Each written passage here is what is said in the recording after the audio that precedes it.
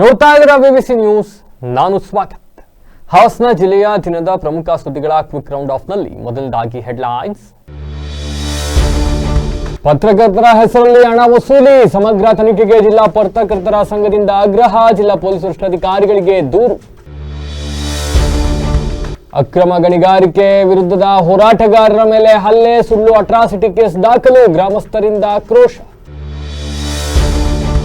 ಅರ್ಜುನ ಆನೆ ಸಾವಿನ ಪ್ರತಿಭಟನೆ ಪ್ರಕರಣ, ಎಲ್ಲ ಆರೋಪಿಗಳಿಗೆ ಕೋರ್ಟ್ನಿಂದ ಜಾಮೀನು, ನ್ಯಾಯಕ್ಕೆ ದಕ್ಕ ವಿಜಯ ಎಂದ ಎಡೆಹಳ್ಳಿ ಮಂಜುನಾಥ್. ನಿಯಂತ್ರಣ ತಪ್ಪಿ ಆಟೋ ಬೈಕ್ ಮೇಲೆ ಹರಿದ ಟ್ರ್ಯಾಕ್ಟರ್, ಭೀಕರ ರಸ್ತೆ ಅಪಘಾತ, ಅದೃಷ್ಟವಶಾತ್ ತಪ್ಪಿದ ಪ್ರಾಣಾಪಾಯ. ನಿರಾಶ್ರಿತ ಮಹಿಳೆಗೆ ಆಶ್ರಯವಾದ ವಾತ್ಸಲ್ಯ ಮನೆ ಯೋಜನೆ, ಅರೆಹಳ್ಳಿಗೆ ಪ್ರಥಮ ಸೂರು. ಶ್ರೀ ಕ್ಷೇತ್ರ ಧರ್ಮಸ್ಥಳ ಗ್ರಾಮೀಣಾಭಿವೃದ್ಧಿ ಯೋಜನೆಯಡಿ ಮನೆ ನಿರ್ಮಾಣಕ್ಕೆ ಗುದ್ದಲಿ ಪೂಜೆ. ಮಾಡಗೂಡು ಗ್ರಾಮದಲ್ಲಿ ಕಳಪೆ ರಸ್ತೆ ಕಾಮಗಾರಿ ಆರೋಪ, ಇಂಜಿನಿಯರ್ ಗುತ್ತಿಗೆದಾರರ ವಿರುದ್ಧ ಗ್ರಾಮಸ್ಥರ ಆಕ್ರೋಶ, ಗುಣಮಟ್ಟದ ರಸ್ತೆ ನಿರ್ಮಾಣ ಮಾಡಲು ಒತ್ತಾಯ. ಸಕಲೇಶಪುರ ನಗರ ಸೌಂದರೀಕರಣಕ್ಕೆ ಒತ್ತು, ಪಾದಚಾರಿ ಮಾರ್ಗಗಳ ತೆರವು ಕಾರ್ಯಾಚರಣೆ ಆರಂಭ, ಸುರಕ್ಷತೆಗೆ ಮೊದಲ ಆದ್ಯತೆ ಎಂದರು ಶಾಸಕ ಸಿಮೆಂಟ್ ಮಂಜು.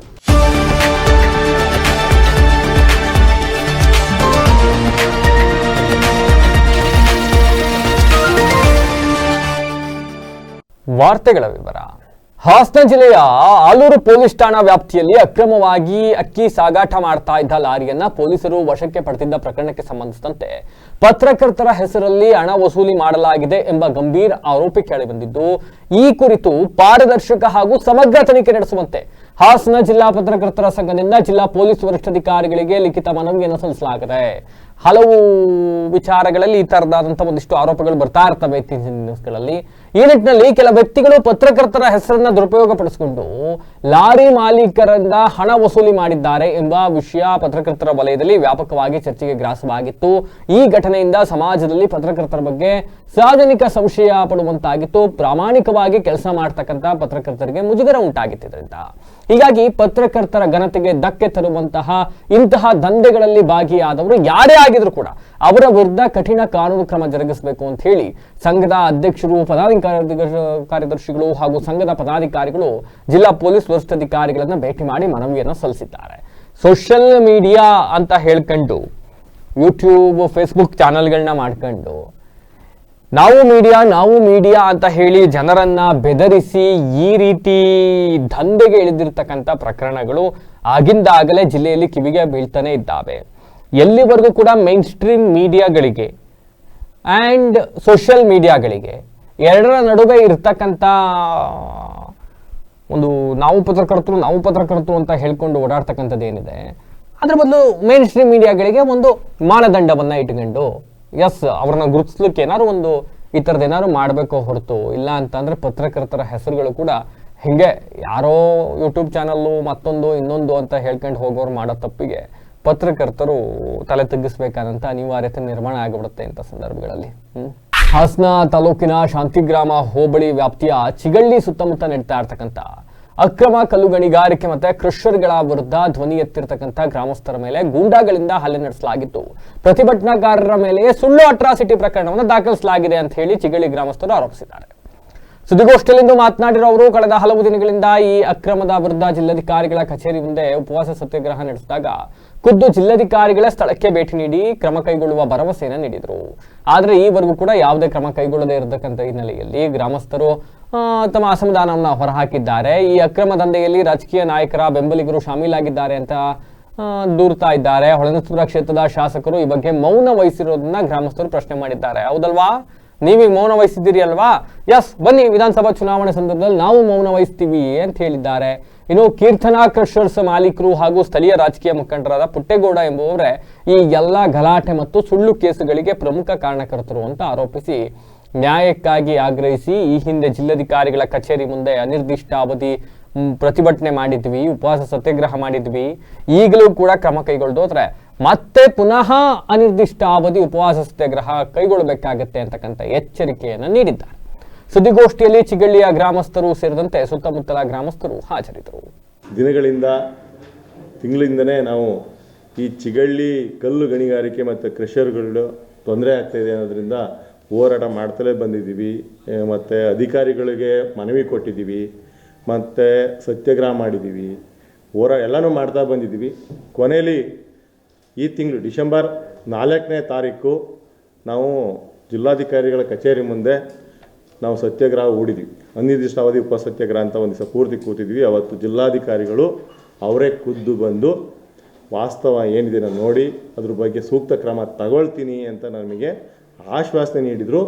ಹಾಗಾಗಿ ನಾವೆಲ್ಲ ಏನು ಮಾಡಿದ್ವಿ, ಅವತ್ತು ಆಯಿತು ನೀವು ಹೇಳಿದ ಮಾತಿಗೆ ನಾವು ಬದ್ಧ ಅಂತ ಹೇಳಿ ನಾವು ಅವತ್ತು ಹೋರಾಟವನ್ನು ಕೈ ಬಿಟ್ವಿ. ಆ ಕೈ ಬಿಟ್ಟು ಏನು ಹೋರಾಟ ಮಾಡ್ತಾಯಿದ್ರೆ ಮುಂದಾಳತ್ವ ತೊಗೊಂಡು ನಮ್ಮ ಚಿಗಳಿ ಗ್ರಾಮಸ್ಥರೆಲ್ಲ ಅವ್ರ ಮೇಲೆ ಇಲ್ಲಿಂದ ಹೋಗಿ ಕೇವಲ ಒಂದು ದಿನ ಅಷ್ಟೇ, 4ನೇ ತಾರೀಕು ಸ್ಟ್ರೈಕ್ ಕೈ ಬಿಟ್ವಿ. 5ನೇ ತಾರೀಕು ಒಂದು ದಿವಸ ಗ್ಯಾಪ್, 6ನೇ ತಾರೀಕು ಕ್ರಷರು ಮತ್ತು ಕಲ್ಲು ಗಣಿಗಾರಿಕೆ ಗುತ್ತಿದಾರರಿಂದ ಮತ್ತು ಕ್ರಷರ್ ಮಾಲೀಕರಿಂದ ಅವ್ರ ಕಡೆಯಿಂದ ಒಂದು ಅಟ್ರಾಸಿಟಿ ಕೇಸ್, ಸುಳ್ಳು ಕೇಸ್. ಪಾಪ ನಮ್ಮ ವಿನಯ್ ಅನ್ನೋರಿದ್ದಾರೆ, ವರದರಾಜ್ ಅಂತ ಇದ್ದಾರೆ, ರಾಮಲಿಂಗೇಗೌಡರು ಅಂತ ಇದ್ದಾರೆ, ಯಾರು ಹೋರಾಟದಲ್ಲಿ ಮುಂಚೂಣಿಯಲ್ಲಿದ್ದಾರೆ. ಇವ್ರ ಮೇಲೆ ಯಾವುದೇ ಥರದ ಪಾಪ ವಿನಯ್ ಅನ್ನೋರು ಆ ಜಾಗದಲ್ಲೇ ಇಲ್ಲ, ಅಂಥವ್ರ ಮೇಲೆಲ್ಲ ಸುಳ್ಳು ಕೇಸ್ ಹಾಕಿ ಇವತ್ತು ಈ JDS ಮುಖಂಡರಾದಂಥ ಮತ್ತು ವಕೀಲರಾದಂಥ ಕೀರ್ತನ ಕ್ರಷರ್ ಮಾಲೀಕರು ಪುಟ್ಟೇಗೌಡರು ಇವರೆಲ್ಲ ಸೇರಿ ಸಂಚು ರೂಪಿಸಿ ಅಟ್ರಾಸಿಟಿ ಕೇಸನ್ನು ಹಾಕಿ ಸುಮಾರು 15 ದಿವಸದಿಂದ 20 ದಿನ ತೊಂದರೆ ಕೊಟ್ಟಿದ್ದಾರೆ. ಅದಲ್ಲದೆ ಇನ್ನೊಬ್ಬರು ಸುನೀಲ್ ಅಂತ ಇದ್ರು, ಅವರು ಸಹ ಮುಂಚೂಣಿಯಲ್ಲಿದ್ದರು. ಮೈಸೂರು ದಸರಾ ಆನೆಗಳ ಕ್ಯಾಪ್ಟನ್ ಅರ್ಜುನನ ಸಾವಿನ ಹಿನ್ನೆಲೆಯಲ್ಲಿ ನಡೆದ ಪ್ರತಿಭಟನೆಗೆ ಸಂಬಂಧಿಸಿದ ಪ್ರಕರಣದಲ್ಲಿ FIR ದಾಖಲಾಗಿದ್ದ ಎಲ್ಲ ಆರೋಪಿಗಳಿಗೆ ಸಕಲೇಶಪುರ ಕೋರ್ಟ್ ಜಾಮೀನನ್ನು ಮಂಜೂರು ಮಾಡಿದೆ. ಏನಿದು ಪ್ರಕರಣ ಅಂತ ಹೇಳಿದ್ರೆ, ಕ್ಯಾಪ್ಟನ್ ಅರ್ಜುನ ಅಂಬಾರಿಯನ್ನು ಹೊರ್ತಕ್ಕಂಥ ಆನೆ ಯಾವುದೋ ಒಂದು ಕೂಂಬಿಂಗ್ ಕಾರ್ಯಾಚರಣೆ ವೇಳೆ ಅರ್ಜುನ ಸಾವನ್ನಪ್ತಾನೆ.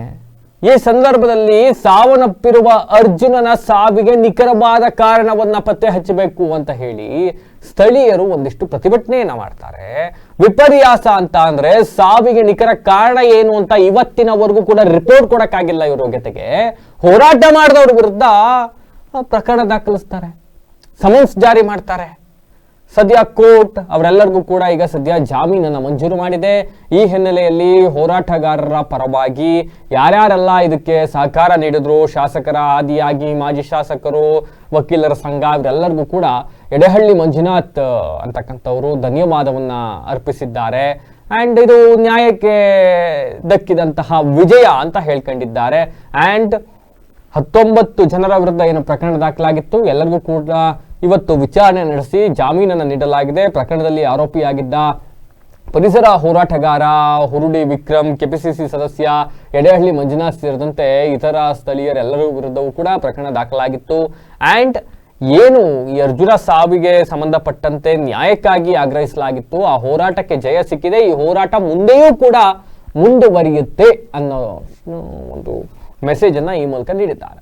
ಆನೆ ವಿಚಾರವಾಗಿ 19 ಜನರ ಮೇಲೆ ಪ್ರಕರಣ ದಾಖಲಾಗಿತ್ತು. ಆ ಪ್ರಕರಣ ದಾಖಲಾದ ದಿನದಿಂದ ಕೂಡ ನಮ್ಮೆಲ್ಲರಿಗೂ ಕೂಡ ಒಂದು ಧೈರ್ಯವನ್ನು ತುಂಬಿ ನಮ್ಮ ಜೊತೆ ಇವತ್ತವರೆಗೂ ನಿಂತು ನಮ್ಮೆಲ್ಲರಿಗೂ ಕೂಡ ಈ ಪ್ರಕರಣದಲ್ಲಿ ಜಾಮೀನನ್ನು ಒದಗಿಸ್ಕೊಡ್ಲಿಕ್ಕೆ ಶ್ರಮಿಸಿದಂಥ ವಿಶೇಷವಾಗಿ ಧರಣೇಶ್ ಅವರು ಮತ್ತು ನಮ್ಮ ಸ್ನೇಹಿತರಾದಂಥ ಒಳದಳ್ಳಿ ಯಶವಂತರವರು ಮತ್ತು ಯಶವಂತರವರು ವಕೀಲ ಸಂಘದ ಅಧ್ಯಕ್ಷರಾಗಿ ನಮ್ಮೆಲ್ಲರಿಗೂ ಕೂಡ ಜಾಮೀನನ್ನು ಕೊಡಿಸಿದ್ದಾರೆ. ಅವರೆಲ್ಲರಿಗೂ ಕೂಡ ಕೃತಜ್ಞತೆಯನ್ನು ಸಲ್ಲಿಸ್ತಾ, ಜೊತೆಗೆ ಈ ಪ್ರಕರಣದ ವಿಚಾರವಾಗಿ ಸದನದಲ್ಲಿ ಶಾಸಕರು ಧ್ವನಿ ಎತ್ತಿ ಕಡತದಲ್ಲಿ ದಾಖಲಾಗುವಂಥ ವಿಚಾರ ಮಾಡಿರ್ತಕ್ಕಂಥದ್ದು, ಮತ್ತು ಮಾಜಿ ಶಾಸಕರುಗಳು ಮಾತಾಡಿರ್ತಕ್ಕಂಥದ್ದು, ಸಂಘಟನೆಯವರೆಲ್ಲ ಮಾತಾಡಿರ್ತಕ್ಕಂಥದ್ದು ನಮ್ಮೆಲ್ಲರಿಗೂ ಕೂಡ ಆತ್ಮಸ್ಥೈರ್ಯ ತುಂಬಿದೆ. ಇವರೆಲ್ಲರಿಗೂ ಕೂಡ ನಾವು ಕೃತಜ್ಞತೆಯನ್ನು ಅರ್ಪಿಸ್ತೀವಿ. ಮುಂದಿನ ದಿನಗಳಲ್ಲಿ ನಿಮ್ಮ ಜೊತೆ ಇರ್ತೀವಿ ಅಂತ ಹೇಳ್ತಾ ಶುಭಾಶಯ. ಏನು ಡಿಸೆಂಬರ್ 4ನೇ ತಾರೀಕು 2023ರಲ್ಲಿ ಅರ್ಜುನ ಆನೆ ಇಲ್ಲಿ ಯಶ್ಲೂರು ರೇಂಜ್ನಲ್ಲಿ ಮೃತಪಟ್ಟಂಥ ಸಂದರ್ಭದಲ್ಲಿ 5ನೇ ತಾರೀಕು ಅದನ್ನು ಅಂತ್ಯ ಸಂಸ್ಕಾರ ಮಾಡಲಿಕ್ಕೆ ಅರಣ್ಯ ಇಲಾಖೆಯವರು ಮುಂದುವರಿತಾರೆ. ಆ ಸಂದರ್ಭದಲ್ಲಿ ಕೆಲವು ಸಾಮಾಜಿಕ ಹೋರಾಟಗಾರರು ಮತ್ತು ಅಲ್ಲಿಯ ಸ್ಥಳೀಯರು ಮತ್ತು ರೈತರು ಎಲ್ಲ ಸೇರಿ ಆ ಆನೆಯನ್ನು ಕಾಡಿನೊಳಗಡೆ ಅಂತ್ಯ ಸಂಸ್ಕಾರ ಮಾಡೋದು ಬೇಡ, ಅದನ್ನು ರಸ್ತೆಯ ಬದಿಯಲ್ಲಿ ಅಂತ್ಯ ಸಂಸ್ಕಾರ ಮಾಡಿ ಅದನ್ನೊಂದು ಪ್ರೇಕ್ಷಣೀಯ ಸ್ಥಳವಾಗಿ ಮಾಡಿ. ಯಾಕೆಂದರೆ ಅರ್ಜುನ ಆನೆ 7 ವರ್ಷ ಅಂಬಾರಿಯನ್ನು ಹೊತ್ತಂಥ ಆನೆ, ಅದಕ್ಕೆ ಒಂದು ಗೌರವವನ್ನು ಕೊಡಬೇಕು ಮತ್ತು ಒಂದು ಪ್ರೇಕ್ಷಣೀಯ ಸ್ಥಳವೂ ಕೂಡ ಆಗುತ್ತೆ ಅಂತ ಹೇಳಿ ಇವರು ಕೆಲವು ಹೋರಾಟಗಾರರು ಅದಕ್ಕೆ ಧರಣಿಯನ್ನು ಕೂರ್ತಾರೆ, ಅಂದರೆ ಒತ್ತಾಯವನ್ನು ಮಾಡ್ತಾರೆ ನಮ್ಮ ಫಾರೆಸ್ಟ್ ಇಲಾಖೆಗೆ. ಆ ಸಂದರ್ಭದಲ್ಲಿ ಇವ್ರನ್ನ ತಡಿಬೇಕು ಅನ್ನೋ ಉದ್ದೇಶದಿಂದ ಎಲ್ಲ ಫೋರ್ಸನ್ನು ತಗೊಂಬಂದು, ಅಂದರೆ ಪೊಲೀಸ್ ಅಧಿಕಾರಿಗಳನ್ನ, ಪೊಲೀಸ್ ಪಡೆಯನ್ನು ತಗೊಂಡ್ಬಂದು ಇವರನ್ನ ಬಲವಂತವಾಗಿ ಆ ಸ್ಥಳದಿಂದ ಹೊರಹಾಕಿ ಮತ್ತು ಅರ್ಜುನ ಆನೆಯನ್ನು ಅಲ್ಲೇ ಶವ ಸಂಸ್ಕಾರ, ಕಾಡಿನೊಳಗೆ ಸಂಸ್ಕಾರ ಮಾಡಿದ್ದಲ್ಲದೆ ಎಷ್ಟು ಜನ ಅಲ್ಲಿ ಧರಣಿ ಕೂತು ಆ ಅರ್ಜುನ ಆನೆಯನ್ನು ಹೊರಗಡೆ ತಂದು ಶವ ಸಂಸ್ಕಾರ ಮಾಡಬೇಕು ಅಂತೇಳಿ ಒತ್ತಾಯ ಹೇರಿದ್ರು. ಅಷ್ಟು ಜನಗಳಿಗೆ ಚನ್ನರಾಯಪಟ್ಟಣದ ಬಿಎಂ ರಸ್ತೆಯಲ್ಲಿ ಅತಿ ವೇಗವಾಗಿ ಬಂದ ಟ್ರ್ಯಾಕ್ಟರ್ ಒಂದು ಚಾಲಕನ ನಿಯಂತ್ರಣ ತಪ್ಪಿ ಡಿವೈಡರ್ಗೆ ಡಿಕ್ಕಿ ಹೊಡೆದಿದೆ ಅಲ್ಲದೆ ರಸ್ತೆ ಬದಿಯಲ್ಲಿ ನಿಂತಿದ್ದ ಆಟೋ ಮತ್ತೆ ಬೈಕ್ ಮೇಲೆ ಹರಿದ ಪರಿಣಾಮವಾಗಿ ಆಟೋ ಮತ್ತೆ ಬೈಕ್ ಸಂಪೂರ್ಣವಾಗಿ ನುಜ್ಜುಗುಜ್ಜಾಗಿ ಹೋಗಿದೆ. ಶ್ರವಣಬೆಳಗೊಳ ಮಾರ್ಗವಾಗಿ ಪಟ್ಟಣಕ್ಕೆ ಆಗಮಿಸ್ತಾ ಇದ್ದ ಟ್ರ್ಯಾಕ್ಟರ್ ಬಿಎಂ ರಸ್ತೆಯ ಮಧ್ಯಭಾಗದಲ್ಲಿ ಚಾಲಕನ ಅಜಾಗರೂಕತೆಯಿಂದಾಗಿ ನಿಯಂತ್ರಣವನ್ನು ಕಳೆದುಕೊಂಡಿದೆ. ಮೊದಲು ಡಿವೈಡರ್ಗೆ ರಭಸವಾಗಿ ಡಿಕ್ಕಿ ಹೊಡೆದ ಟ್ರ್ಯಾಕ್ಟರ್ ನಂತರ ಪಕ್ಕದಲ್ಲಿ ನಿಂತಿದ್ದ ಆಟೋ ಹಾಗೂ ಬೈಕ್ ಮೇಲೆ ಹತ್ತಿದೆ. ಘಟನೆಯ ಸಮಯದಲ್ಲಿ ವಾಹನದಲ್ಲಿ ಯಾರು ಕೂಡ ಇರಲಿಲ್ಲ. ಅದೃಷ್ಟವಶಾತ್ ಹಾಗಾಗಿ ಯಾವುದೇ ಪ್ರಾಣಾಪಾಯ ಸಂಭವಿಸಿಲ್ಲ. ಇನ್ನು ದೊಡ್ಡ ಮಟ್ಟದ ದುರಂತವೊಂದು ಕೂದಲೆಳೆ ಅಂತರದಲ್ಲಿ ಈ ಮೂಲಕ ತಪ್ಪಿದಂತಾಗಿದೆ. ಇನ್ನು ವಿಷಯ ತಿಳಿದಂತೆ ಚನ್ನರಾಯಪಟ್ಟಣ ಪೊಲೀಸ್ ಅವರೆಲ್ಲ ಸ್ಥಳಕ್ಕೆ ಭೇಟಿ ನೀಡಿ ಪರಿಶೀಲನೆಯನ್ನು ನಡೆಸಿದ್ದಾರೆ. ಪ್ರಕರಣ ದಾಖಲಿಸಿಕೊಂಡಿದ್ದಾರೆ. 3 ವೆಹಿಕಲ್ನ ತಗೊಂಡೋಗಿ ಸ್ಟೇಷನ್ ಮುಂದೆ ನಿಲ್ಲಿಸಿಕೊಂಡಿದ್ದಾರೆ. ಸಕಲೇಶಪುರ ಪಟ್ಟಣದ ಸೌಂದರ್ಯ ವೃದ್ಧಿ, ಸಾರ್ವಜನಿಕರ ಸುರಕ್ಷತೆ ಹಾಗೂ ಪಾದಚಾರಿಗಳ ಸುಗಮ ಸಂಚಾರದ ಹಿತದೃಷ್ಟಿಯಿಂದ ಸಕಲೇಶಪುರ ನಗರದಲ್ಲಿ ಫುಟ್ಪಾತ್ ಮೇಲಿನ ಅನಧಿಕೃತ ಅಂಗಡಿಗಳ ತೆರವು ಕಾರ್ಯಾಚರಣೆ ಕೈಗೊಳ್ಳಲಾಗಿದೆ ಅಂತ ಹೇಳಿ ಶಾಸಕ ಸಿಮೆಂಟ್ ಮಂಜು ಹೇಳಿದ್ದಾರೆ. ಮಂಗಳವಾರ ಶಾಸಕರ ಗೃಹ ಕಚೇರಿಯಲ್ಲಿ ನಡೆದ ಪತ್ರಿಕಾಗೋಷ್ಠಿಯಲ್ಲಿ ಮಾತನಾಡಿರೋ ಅವರು, ಇತ್ತೀಚಿನ ದಿನಗಳಲ್ಲಿ ಸಕಲೇಶಪುರ, ಆಲೂರು ವಿಧಾನಸಭಾ ಕ್ಷೇತ್ರ ವ್ಯಾಪ್ತಿಯಲ್ಲಿ ರಸ್ತೆ ಅಪಘಾತಗಳ ಸಂಖ್ಯೆ ಹೆಚ್ಚಾಗ್ತಾ ಇತ್ತು. ಕಳೆದ 1 ವರ್ಷದಲ್ಲಿ ಸುಮಾರು 34 ಮಂದಿ ಅಪಘಾತಗಳಲ್ಲಿ ಮೃತಪಟ್ಟಿರತಕ್ಕಂಥದ್ದು ಪೊಲೀಸರ ಅಂಕಿ ಅಂಶಗಳಿಂದ ತಿಳಿಯಿತು.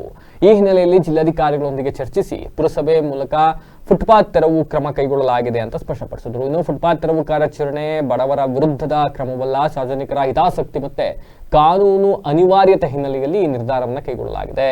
ಪಾದಚಾರಿಗಳ ಸುರಕ್ಷತೆ ಹಾಗೂ ಅಪಘಾತಗಳ ತಡೆಗಟ್ಟುವಿಕೆ ಇದರ ಮುಖ್ಯ ಉದ್ದೇಶ ಅಂತ ಹೇಳಿದ್ದಾರೆ. ಆ ಜಾಗದಲ್ಲಿ ಅವರು ಕಾರ್ಯಕ್ರಮ ಮಾಡ್ತಾರೆ. ಅದು ಆದ ತಕ್ಷಣ ಅಲ್ಲಿ ಸ್ವಲ್ಪ JCB ಲೆವೆಲ್ ಆದಮೇಲೆ ಜಾಗವನ್ನು ಆಲ್ರೆಡಿ ಮಾರ್ಕ್ ಮಾಡಿಕೊಟ್ಟಿದ್ದಾರೆ. ಏನು ಫುಟ್ಪಾತಲ್ಲಿ ಎಲ್ಲ ವ್ಯಾಪಾರ ಮಾಡಿ ತಾತ್ಕಾಲಿಕವಾಗಿ ಹಳೆ ತಾಲೂಕು ಆಫೀಸ್ ಸಭಾಂಗಣ ಏನಿದೆ ಅಲ್ಲಿ ಅವರು ವ್ಯಾಪಾರವನ್ನು ಮಾಡ್ಬೋದು. ಅದಾದ ನಂತರದಲ್ಲಿ ನಾವೀಗ ಫುಡ್ ಕೋರ್ಟ್ ಇವೆಲ್ಲ ಆದಮೇಲೆ ಪ್ರಿಯಾರಿಟಿ ವೈಸು ಯಾರ್ಯಾರು ವ್ಯಾಪಾರ ಮಾಡ್ತಾರೆ ಅದನ್ನು ನೋಡ್ಕೊಂಡು ಅವ್ರ ಮಳಿಗೆಗಳಾದಮೇಲೆ ಎಲ್ಲೆಲ್ಲಿಗೆ ಯಾರ್ಯಾರನ್ನ ನಿಮ್ಮಂತ ಎಲ್ಲರ ಕಲಿಕೆ ಕೂಡ ಸಲಹೆ ತಗೊಂಡು ಎಲ್ಲೆಲ್ಲಿಗೆ ಯಾರ್ಯಾರನ್ನ ಕೂರಿಸ್ಬೋದು ಅಂತಕ್ಕಂಥ ತೀರ್ಮಾನ ಮಾಡಿ ಆಮೇಲೆ ಅಲ್ಲಿಗೆ ಶಿಫ್ಟ್ ಮಾಡ್ತಕ್ಕಂಥ ಕೆಲಸವನ್ನು ಮಾಡ್ತೀವಿ. ನೋಡಿ, ತಮ್ಮೆಲ್ಲರೂ ಕೂಡ ಗೊತ್ತಿರೋ ರೀತಿಯಲ್ಲಿ ಸಕಲೇಶಪುರ ನಗರದಲ್ಲಿ ಇರ್ತಕ್ಕಂಥ ರಸ್ತೆ ತುಂಬ ಕಿರಿದಾಗಿದೆ. ಅದು ಹಲವಾರು ಬಾರಿ ರಸ್ತೆ ಹೊಡಿಬೇಕು ಅಂತ ಆಯಿತು, ಕಾಂಪನ್ಸೇಷನ್ ಬೇಕು ಅಂತ ಆಯಿತು, ಕೋರ್ಟಿಗೆ ಹೋಯ್ತು. ಇದೇ ನಿಟ್ಟಿನಲ್ಲಿ ಏನಾಗಿದೆ, ಮುಂದೂಡ್ಕೊ ಬಂದಿದೆ. ಈಗ ಇರೋ ರಸ್ತೆಯಲ್ಲಿ ಇರೋದೇ ಕಂಜೆಸ್ಟೆಡ್. ಈಗ ನಾನು ಶಾಸಕನಾದ ನಂತರ ಇಮಿಡಿಯೇಟ್ ಏನು ಮಾಡಿದೆ, NHIನ ಓಪನ್ ಮಾಡಿಸ್ತಕ್ಕಂಥ ಕೆಲಸವನ್ನು ಮಾಡಿದ್ರು. ರಥೋತ್ಸವದ ಟೈಮಲ್ಲಿ ತೊಂದರೆ ಆಗುತ್ತೆ ಅಂತ. ಅಷ್ಟು ಓಪನ್ ಆದರೂ ಕೂಡ ನಿರಂತರವಾಗಿ ಇಲ್ಲಿ ಈ ಭಾಗದಲ್ಲಿ ತೊಂದರೆ ಆಗ್ತಿರ್ತಕ್ಕಂಥ ತಾವೆಲ್ಲರೂ ಕೂಡ ಗಮನಿಸಿದ್ರು. ನಗರ ಪಟ್ಟಣದ ಒಳಗಡೆ ಏನು ವಾಹನ ದಟ್ಟಣೆ ಹೆಚ್ಚಾಗಿ ಎಲ್ಲರೂ ಕೂಡ ಸಮಸ್ಯೆ ಆಗ್ತಿರೋದು ನಾವೆಲ್ಲ ಮನಗಂಡಿದ್ದೀವಿ. ನಾವು ವ್ಯಾಪಾರಸ್ಥರು ಕೂಡ ಗಮನದಲ್ಲಿ ಇಟ್ಕೊಂಡು ಮತ್ತು ನಗರದಲ್ಲಿರ್ತಕ್ಕಂಥ ವಾಹನ ದಟ್ಟಣೆ, ಪಾದಾಚಾರಿಗಳಿಗೆ ಓಡಾಡಲಿಕ್ಕೆ ತೊಂದರೆ ಆಗಬಾರ್ದು, ಇವೆಲ್ಲವನ್ನೂ ಗಮನದಲ್ಲಿ ಇಟ್ಕೊಂಡು ನಮಗೆ ಸ್ವಲ್ಪ ಕಾಲಾವಕಾಶ ಬೇಕಾಗತ್ತೆ. 1.5 ತಿಂಗಳ ಒಳಗಡೆ ಅವ್ರಿಗೆ ವ್ಯವಸ್ಥಿತವಾದ ಜಾಗದಲ್ಲಿ ಕೂರಿಸ್ತಕ್ಕಂಥ ಕೆಲಸವನ್ನು ಮಾಡ್ತೀವಿ. ತಾತ್ಕಾಲಿಕವಾಗಿ ಹಳೆ ತಾಲೂಕು ಆಫೀಸ್ ಜಾಗದಲ್ಲಿ ಈಗ ಆಲ್ರೆಡಿ ಪುರಸಭೆಯಿಂದ ಮಾರ್ಕ್ ಮಾಡಿಕೊಟ್ಟು ಆ ಜಾಗದಲ್ಲಿ ಕೂರಿಸ್ತಕ್ಕಂಥ ಕೆಲಸವನ್ನು ಮಾಡ್ತೀವಿ ಅಂತೇಳಿ ಈ ಸಂದರ್ಭದಲ್ಲಿ ಹೇಳ್ತೀವಿ. ದಯವಿಟ್ಟು ನಾನು ಬೀದಿ ಬದಿ ವ್ಯಾಪಾರಸ್ಥರಿಗೆ ಮನವಿ ಮಾಡ್ತೀವಿ, ದಯವಿಟ್ಟು ಈಗ ಇರ್ತಕ್ಕಂಥ ಸಂದರ್ಭದಲ್ಲಿ ಏನೀಗ ಪುರಸಭೆಯವರು ತಾತ್ಕಾಲಿಕವಾಗಿ ಜಾಗ ತೋರಿಸ್ತಾರೆ ಅಲ್ಲಿ ವ್ಯಾಪಾರವನ್ನು ಮಾಡ್ಕೊಂಡು ಹೋಗಿ ಆದಷ್ಟು ಬೇಗ ನಿಮ್ಗಳಿಗೆ ಈಗ ಮಳಿಗೆಗಳನ್ನ ಮಾಡಿ ಅಲ್ಲಿ ಕೂರಿಸ್ತಕ್ಕಂಥ ಕೆಲಸವನ್ನು ಮಾಡ್ತೀವಿ ಅಂತೇಳಿ ಈ ಸಂದರ್ಭದಲ್ಲಿ ಹೇಳ್ತೀನಿ. ಎಷ್ಟಾಗಿದೆ ಟೋಟಲ್ ಅಂದಾಜು? ಎಲ್ಲವೂ ಸೇರಿ ಒಂದು 45 ಮಳಿಗೆ ಅಂಗಡಿ, ಸಣ್ಣ ಪುಟ್ಟ ವ್ಯಾಪಾರಸ್ಥರು. ಬೇಲೂರು ತಾಲೂಕಿನ ಚೀಕನಹಳ್ಳಿ ಸಮೀಪದ ಮಾಡಗೋಡು ಅಂತಕ್ಕಂಥ ಗ್ರಾಮದಲ್ಲಿ ನಿರ್ಮಾಣ ಆಗ್ತಾ ಇರ್ತಕ್ಕಂಥ ರಸ್ತೆ ಕಾಮಗಾರಿ ಸಂಪೂರ್ಣವಾಗಿ ಅವೈಜ್ಞಾನಿಕ ಹಾಗೂ ಕಳಪೆ ಗುಣಮಟ್ಟದಿಂದ ಕೂಡಿದೆ. ಹಾಗಾಗಿ ಸಂಬಂಧಪಟ್ಟ ಇಂಜಿನಿಯರ್ ಹಾಗೂ ಗುತ್ತಿಗೆದಾರರ ನಿರ್ಲಕ್ಷ್ಯದಿಂದ ಸಾರ್ವಜನಿಕರ ಹಣ ದುರುಪಯೋಗವಾಗ್ತಾ ಇರ್ತಕ್ಕಂಥ ಶಂಕೆ ವ್ಯಕ್ತವಾಗಿದೆ ಅಂತ ಗ್ರಾಮಸ್ಥರು ತೀವ್ರ ಆಕ್ರೋಶವನ್ನ ವ್ಯಕ್ತಪಡಿಸಿದ್ದಾರೆ.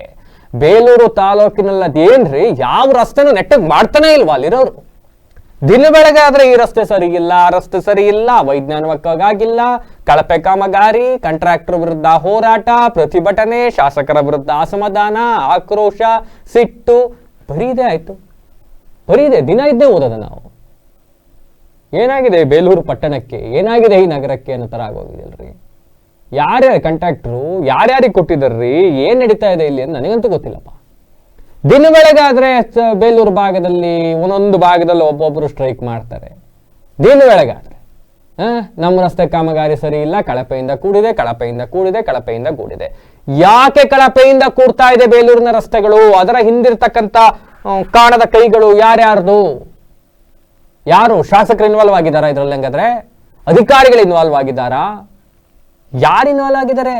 ಯಾಕೆ ಕಾಮಗಾರಿಗಳು ಕಳಪೆಯಿಂದ ಕೂಡ್ತಾ ಇದೆ? ಸರ್ಕಾರವೇ ಇನ್ವಾಲ್ವ್ ಆಗಿದೆಯಾ ಕಳಪೆ ಕಾಮಗಾರಿ ಮಾಡ್ಸಕ್ಕೆ? I don't know. ಎಸ್, ರಸ್ತೆ ನಿರ್ಮಾಣದಲ್ಲಿ ಬಳಸಬೇಕಾದ ಸಿಮೆಂಟು, ಜಲ್ಲಿ, ಸ್ಯಾಂಡ್ ಅನ್ನು ಸರಿಯಾದ ಪ್ರಮಾಣದಲ್ಲಿ ಬಳಸ್ತಾ ಇಲ್ಲ. ನಿಗದಿತ ಮಾನದಂಡಗಳ ಪ್ರಕಾರವೂ ಕೂಡ ಬಳಸಿಲ್ಲ. ಬೇಕಾಬಿಟ್ಟಿಯಾಗಿ ಕಾಮಗಾರಿ ನಡೆಸ್ತಾ ಇದ್ದಾರೆ. ಸ್ಥಳ ಪರಿಶೀಲನೆಯಲ್ಲಿ ಇವೆಲ್ಲವೂ ಕೂಡ ಸ್ಪಷ್ಟವಾಗಿ ಕಾಣಿಸ್ತಾ ಇದೆ. ಸುಮಾರು 300 ಚೀಲ ಸಿಮೆಂಟ್ ಹಾಕೋ ಜಾಗಕ್ಕೆ 200-250 ಮೂಟೆ ಸಿಮೆಂಟ್ ಹಾಕಿಬಿಟ್ಟು ಕಾಮಗಾರಿ ಮುಗಿಸಿರೋ ಥರ ಕಾಣಿಸ್ತಾ ಇದೆ. ರಸ್ತೆ ನಿರ್ಮಾಣಕ್ಕೆ ಅಗತ್ಯವಿದ್ದ ವಸ್ತುಗಳನ್ನು ತಗೊಂಡೋಗಿ ಎಂಥದ್ದು ಸ್ಕೂಲ್ ಆಟದ ಮೈದಾನದಲ್ಲಿ ತುಂಬಿಟ್ಟಿದಾರಂತೆ. ಹೀಗಾಗಿ ಅವುಗಳು ಕೂಡ ಮಕ್ಕಳಲ್ಲಿ ಆಟಾಡೋಕ್ಕಾಗದಿರೋ ಸ್ಥಿತಿ ನಿರ್ಮಾಣವಾಗಿದೆಯಂತೆ. ಏನೇನು ಉಪಯೋಗಿಸ್ಬೇಕೋ ಅವೆಲ್ಲ ಮೆಟೀರಿಯಲ್ಸ್ಗಳನ್ನ ಸರಿಯಾದ ಪ್ರಮಾಣದಲ್ಲಿ ಉಪಯೋಗಿಸ್ತಾ ಇರತಕ್ಕಂಥ ಹಿನ್ನೆಲೆಯಲ್ಲಿ ರಸ್ತೆ ಸಂಪೂರ್ಣವಾಗಿ ಕಳಪೆಯಿಂದ ಕೂಡಿದೆ. ಇನ್ನು ಕಾಮಗಾರಿಗೆ ಸಂಬಂಧಿಸಿದಂತೆ ಶಾಸಕರು ಸ್ಥಳಕ್ಕೆ ಭೇಟಿ ನೀಡಿ ಗುದ್ದಲಿ ಪೂಜೆ ನೆರವೇರಿಸಿದ ಸಂದರ್ಭದಲ್ಲಿ ಅವ್ರಿಗೂ ಕೂಡ ಗ್ರಾಮಸ್ಥರೆಲ್ಲ ಹೇಳಿದ್ರಂತೆ, ಸಾರ್ ಇದು ಯಾಕೆ ಸರಿ ಇಲ್ಲ, ಸರಿಯಾಗಿ ಮಾಡ್ತಾ ಇಲ್ಲ ನೋಡಿ ಅಂದಾಗ ಅದೇನೋ ಚರ್ಚಿಸಿ ಕ್ರಮ ಕೈಗೊಳ್ತೀವಿ ಅಂತ ಹೇಳಿದ್ದ ಶಾಸಕರು ಕಣ್ಮರೆಯಾಗಿ ಬಿಟ್ಟಿದ್ದಾರಂತೆ. ಇದುವರೆಗೂ ಕೂಡ ಯಾವುದೇ ಕ್ರಮ ಕೈಗೊಂಡಿಲ್ಲ ಅಂತ ಹೇಳಿ ಗ್ರಾಮಸ್ಥರು ಅಸಮಾಧಾನವನ್ನು ವ್ಯಕ್ತಪಡಿಸಿದ್ದಾರೆ.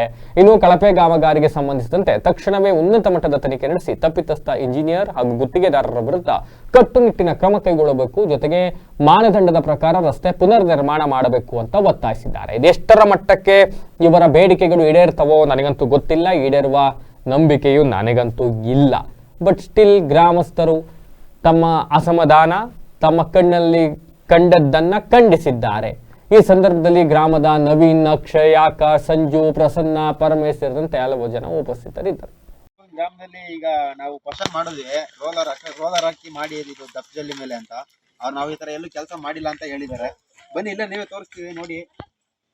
ಮೊನ್ನೆ ರೋಡ್ ಮಾಡಿದ್ದಾರೆ, ಈಗ ಅಲ್ಲಿಗೆ ಮಾಡ್ಬಿಟ್ಟು ಈಗ ಇಷ್ಟು ಬಗ್ಸಿದ್ದಾರೆ. ಮತ್ತೆ ಇಲ್ಲಿ ದಪ್ಪಜಲ್ಲಿ ಹಾಕಿ ಅದನ್ನು ಕಾಂಕ್ರೀಟ್ ಹಾಕಿಲ್ಲ, ಫುಲ್ಲು ಇದಾಗ ಮತ್ತೆ ಈಗ ಗಟ್ಟಿಯಾಗಿ ಹೋಯ್ತಿದ್ದು. ಬೈಕ್ ಏನಾದ್ರು ಬಂದ್ರೆ ಮತ್ತೆ ಯಾರು ಬಿದ್ರೆ ಈಗ ಅವರಿಗೆ ಏಟಾದಾಗ ಈಗ ಅವ್ರೇನಾದ್ರು ಬಂದು ಹೆಚ್ಚು ಕಮ್ಮಿ ಈಗ ನೋಡ್ತಾರೆ. ಈಗ ಅವ್ರು ಹೋಗ್ಲಿ ಈಗ ಬನ್ನಿ, ಈಗ ಇಲ್ಲಿ ನೋಡಿ ಇಲ್ಲೆಲ್ಲ ಬಗ್ದಿದ್ದಾರೆ.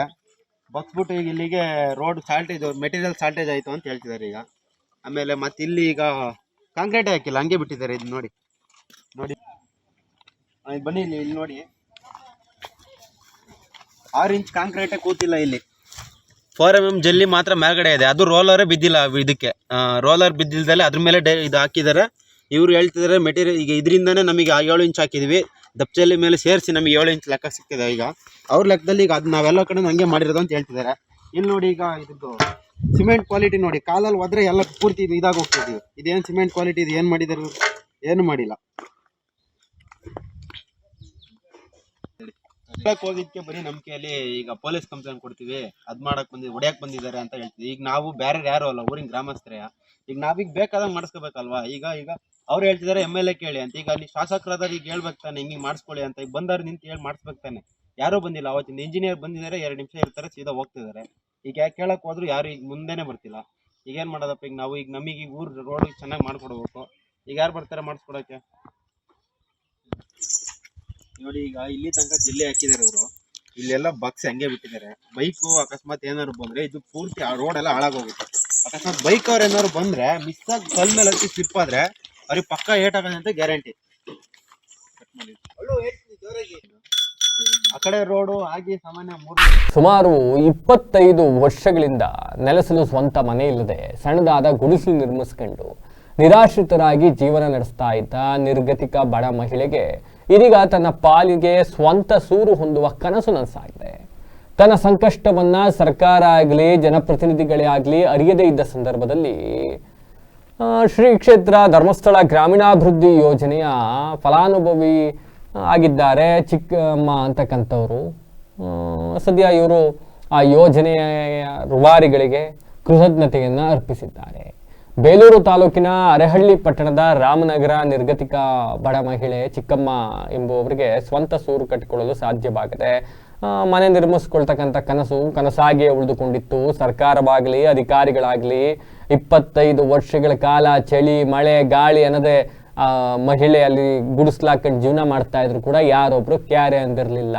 ಇದನ್ನು ಸೂಕ್ಷ್ಮವಾಗಿ ಮನಗಂಡ ಶ್ರೀ ಕ್ಷೇತ್ರ ಧರ್ಮಸ್ಥಳ ಗ್ರಾಮೀಣಾಭಿವೃದ್ಧಿ ಯೋಜನೆಯ ಕಾರ್ಯಕರ್ತರು ನಿರ್ಗತಿಕರಿಗೆ ಮನೆಗಳನ್ನು ನಿರ್ಮಿಸಿಕೊಡ್ತಕ್ಕಂಥ ಸಾಮಾಜಿಕ ಕಾರ್ಯಕ್ರಮದಡಿಯಲ್ಲಿ ವಾತ್ಸಲ್ಯ ಮನೆಯನ್ನ ನಿರ್ಮಾಣ ಮಾಡಿಕೊಡಲು ಯೋಜನೆಯನ್ನ ರೂಪಿಸಿದ್ದಾರೆ. ಇಂದು ಮನೆ ನಿರ್ಮಾಣಕ್ಕೆ ಸಂಬಂಧಪಟ್ಟಂತೆ ಗುದ್ದಲಿ ಪೂಜೆಯನ್ನು ಕೂಡ ನಡೆಸಿದ್ದಾರೆ.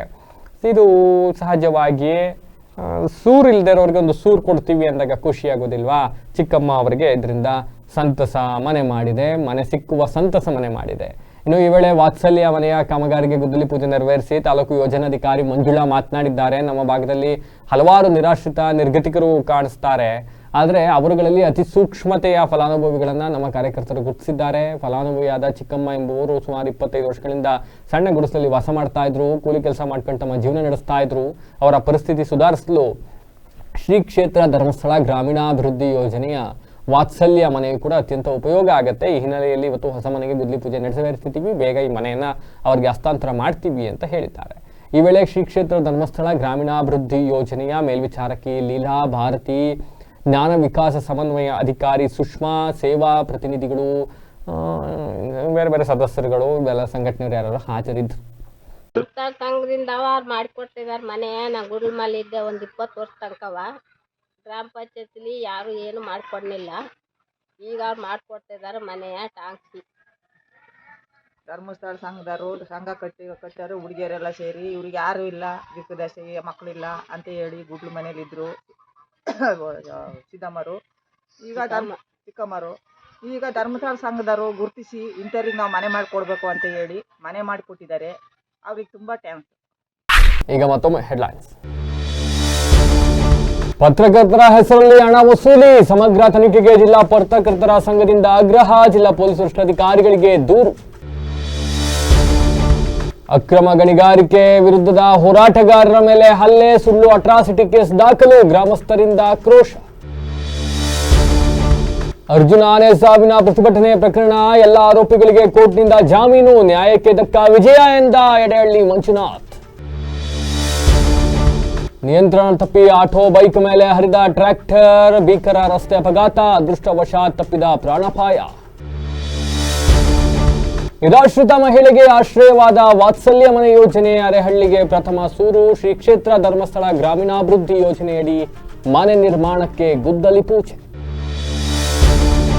ಮಾಡಗೂಡು ಗ್ರಾಮದಲ್ಲಿ ಕಳಪೆ ರಸ್ತೆ ಕಾಮಗಾರಿ ಆರೋಪ, ಇಂಜಿನಿಯರ್ ಗುತ್ತಿಗೆದಾರರ ವಿರುದ್ಧ ಗ್ರಾಮಸ್ಥರ ಆಕ್ರೋಶ, ಗುಣಮಟ್ಟದ ರಸ್ತೆ ನಿರ್ಮಾಣ ಮಾಡಲು ಒತ್ತಾಯ.